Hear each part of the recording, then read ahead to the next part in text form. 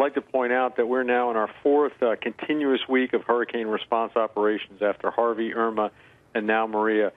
Certainly the initial reports and the news photos from Puerto Rico and the Virgin Islands show widespread and extensive damage, and we've even seen that at some of our own Coast Guard units in St. Thomas, St. Croix, and in San Juan, Puerto Rico as well.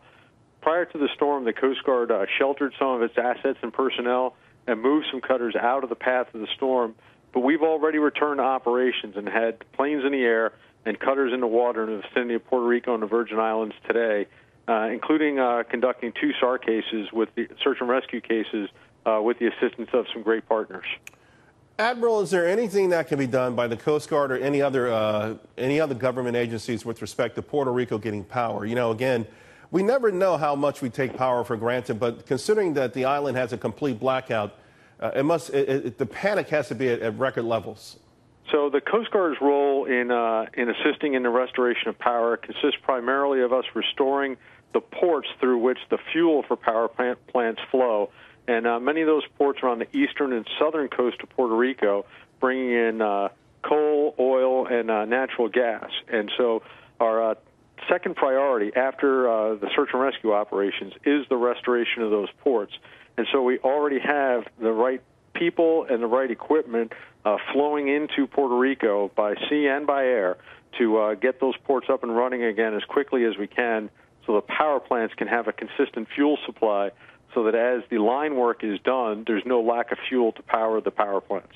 Admiral Brown, you alluded to it at the beginning, but I want to expand on it a little bit more. There was a time in this country where I think there was a general underappreciation for the Coast Guard, even talk of cutting the budget. You hate that we've had such a series of successive disasters, but do you feel that the Coast Guard has made a case to the American public that maybe they should be funded better and so that they can react to these crises even quicker? Well, I think we certainly made the case that the Coast Guard is an economical, efficient, and very effective operating force. One of our challenges is that we're geographically distributed very broadly around the coast of the country, but very thinly. We tend to have small units that are all along the coast. So, as I mentioned, you know, we're there right away to respond to Hurricane Maria, but in part we've also been hit by Hurricane Maria.